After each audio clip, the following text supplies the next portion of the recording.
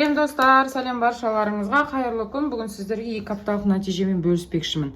Қандай кезде атростикті алған кезде қателіктер кетеді және де қандай кезде дұрыс жасау керек және нәтижелі болып жатқан бүкіл нәтижесімен бөлсем. Сонымен қатар тағы да каланхоя гүлін топырақта ма әлде суда тамырлатқан ең оңай тәсілі ма және де қайсысында тамыр тез шығады, соны бөлсем. Қандай топырақ қолдану керектігімен де бөлсем. Енді алдымен каналыма қош келіпсіздер. Тіркелмеген кісілер каналыма тіркеліп өтіңіздер. Барлық пікірлеріңізді жазып өтіңіздер. Сіздердегі каланхоя гүлі қалай көбейіп жатыр және қалай өсіп жатыр. Міне қараңыздар. Ең бірінші қателік былай болады. Мына жерде мынау екі өскін. Міне мына екі жердегі тура мынау сияқты өсу керек өскін. Міне буын айтқанда. Осы буынға жеткізбей 2-3 сантиметр қиятын болсаңыздар, міне буыннан өскін оянады. Бұл бірінші. Енді екінші, міне мына жерде қатты буынға тақап жіберетін болсаңыздар, міне мына жерден оянбай қалу қаупі бар. Және де бұл екі өскіннің өсіп келатқан екі өскінді қырқып, еще төбесінен қырқып тастайтын болсаңыздар, бұл үлкен қателік, бұдан өскін өспей қояды. Мына жерде ешқандай буын жоқ, просто да қырыққан кезде пенек создавать етіледі де қалады. Екінші вариант, міне мына жерде мысалы 2-3 сантиметр жоғары қырқыдық, бірақ неге оянбайды десеңіздер, тағы да бір эксперимент жасап, 1 сантиметр ғана қалдырып, бір қырқып көрсеңіздер болады. Енді главный біздің осындай барлығы концай ретінде жасау керек болды ғой. Бізде ең түбі осылай пышный болса, екі ортасында сабағы қалса, именно төбесін оятсақ деген бізде мынандай пышный корона жасау керек болған план болған. Сол план бізде міне орындалды. Қарап тұрсаңыздар, каждый веткасында екі өскіннен еще тағы да өскіндердің астынан тағы да өскіндер шығарып келе жатыр. Өте күшті нәтиже. Бұл маточный. Енді бізде каланхоя гүлі топыраққа сразу мына жақтан қырқып алдық та жартысын топыраққа, жартысын суға салдым.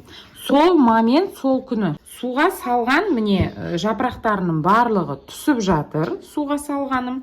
А топыраққа салған жапырақтары тек қана сарғайып, сбрасывать етіп тастады, міне. Және де бұл топыраққа салғанның бір жақсы, мынандай воздушный кореньдар кімге көрініп тұр, қарабаңыздар, міне. Мынандай аппақ талшық сияқты кореньдары тамырға қарай тартылып, міне өсіп жатыр. Бұл дегеніміз каланхоя гүлі топырақта тез тамырлап бойын тіктеп алады деген сөз. Міне қараңыздар. Тамырды просто так пенекті былай тыға салдық, ары қарай өсіп кетті. Енді ол стимулятор болу үшін уже алғашқы тамырлары көрініп бастағанда, мына бүкіл макушкаларының барлығын битіп қырқып аласыздар. Мен уже қырқып қойғанмын. Мына басынан. Ол неге жасалынатын тірлік? Ол дегеніміз ары қарай тамырлап өсіп бара жатқан пенектарды одан ары қарай тамырын жақсы өсіргізіп, гүлдің жағдайын жақсарту мақсатында. Бұл тағы бір қолданылған метод. Ал енді мынадан жапырақтардың бәрі түсіп жатыр. Еще ешқандай қарайып жатыр, тамыр берген жоқ. Суда. Көбісі солай деп айтсам болады. Міне, 1-2 ғана тамырлап тұр. Ол ито тамыры аз. Сіз суға қандай да бір нәрсе қоспасаңыз да, ешқандай қарапайым суға тамырлататын болсаңыз, ол дегеніміз бізде ешқандай нәтижені керемет күтпей ақ қойыңыз деген сөз. Нәтижесіз болмайды, нәтижелі болады, бірақ та нәтижесі өте топырақтағыдай керемет болмайды. Сондықтан мына пенектардың барлығын мен қысқартып, уже бұны да топыраққа осылай стаканға сала салатын боламын. Ары қарай тағы да 3-ші бөлімде нәтижесімен бөлсем. Енді қандай топырақ деген кезде? Главный компоненті топырақ. Мысалы, мына жерде каланхоя гүлі бізде өспей тұр, өспегенде бізде үлкен құмырада тұрды, тамыры повреждать етілген, жағдайы нашар болған, осындай пенектар бар. Барлығын қырқып алып, салып отырғыздық. Міне жаңа өскіндер, жапырақтарын толық ашты. Қалғандарын барлығы міне өсіп келе жатыр. Мына жағынан каланхоя доллар гүл сияқты өлмейтін гүл. Бұл жерде главный компонент торф топырақ, яғни шымтезекті топыраққа мен тек қана перлитпен кішкене диатомитті ғана қосқанда, қараңыздар, міне, уже барлық жағынан тамырлары шығып келе жатыр. Бұл каланхоя болды. Ары қарай ешқандай қиналмай бір жазда пышный корона болып мына жерде өсіп алады деген сөз.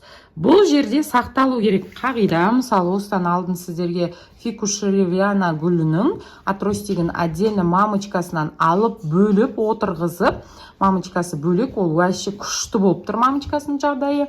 Мына кісіде тек қана осы жерде бізде 4 жапырақ болған. 4 жапырақтың біреусін мына жердегісін тастады. Асты өзі так лысый болған. Алдағы уақытта цитокиновый пастамен оятамыз мыналардың барлығын.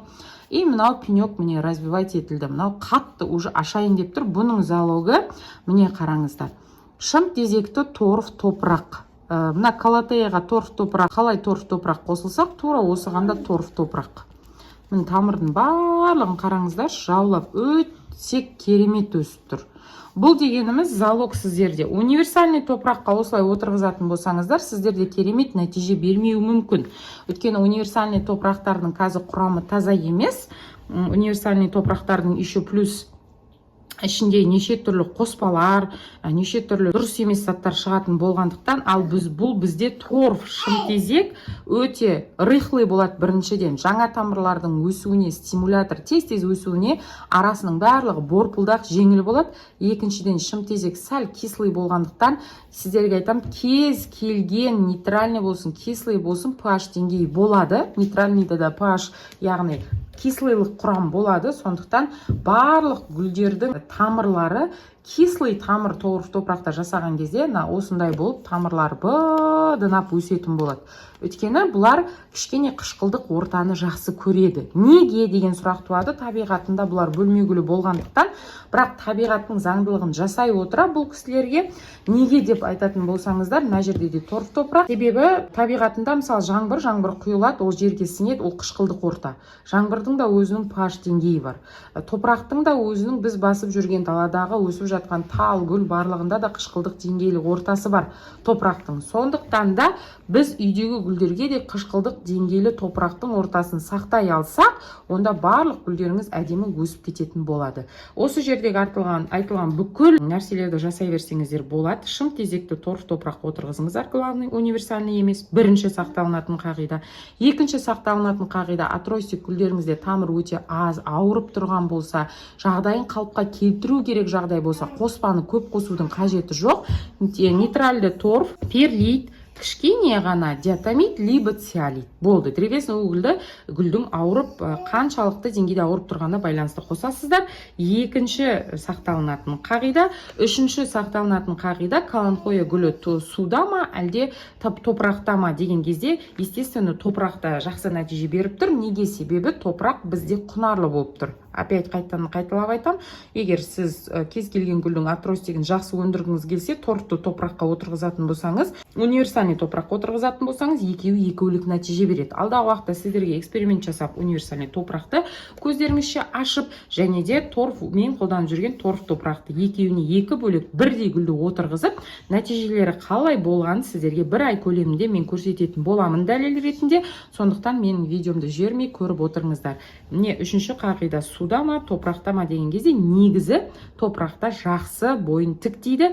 Үшінші сақталынатын қағида, тамырларын енді беріп өсіп бастаған кезде макушкаларының барлығын қолыңызбен қысып алып тастаңыздар. Бұл үшінші сақталынатын қағида. Және де төртінші сақталынатын қағида, отырғызғалы бері 2-ақ рет суардым. Сонда бір аптада 1 рет су ішіп тұр. Егер сіздердің топырақтарыңыз құнарлы, суды тез жіберіп, және ауаны өткізгіш қабілетке ие болатын болса, бұл топырақ тез кебеді.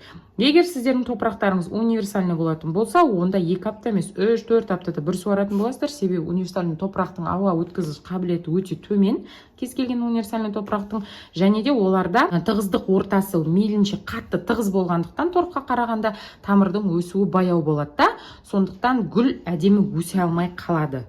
Мына торф топырақта отырғандықтан аптасына 1 рет су ішіп тұр, 2 апталық нәтижесі міне. Мысалы, сіз универсальный топыраққа отырғызсаңыз, бұндай нәтиже бермеуі мүмкін. Сондықтан барынша гүлдеріңізге торф топырақты қолдануға тырысыңыздар. Мендегі тұрған проблемный гүлдер, бұл кішкене ғана бір потогы, ауырып тұрған гүлдердің де бір потогы бар. Оның барлығына мен осы торфты топырақты қолданамын. Келесі видеода кездескенше қош, сау, саламатта болыңыздар.